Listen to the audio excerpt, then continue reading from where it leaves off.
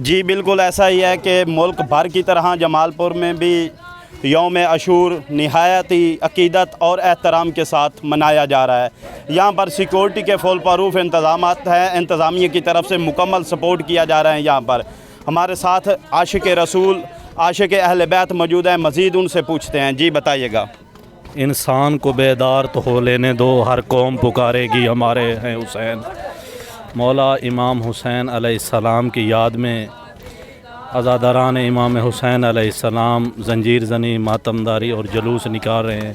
आज से 1400 साल पहले अहले बैत रसूल पर जो जुल्म व सितम किया गया, मौला अली अकबर अलैहिस्सलाम, मौला अली असगर अलैहिस्सलाम को शहीद किया गया।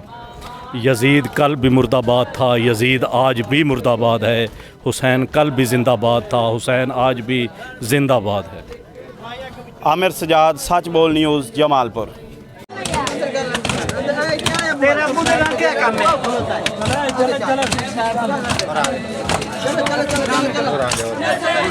आजा बना आजा।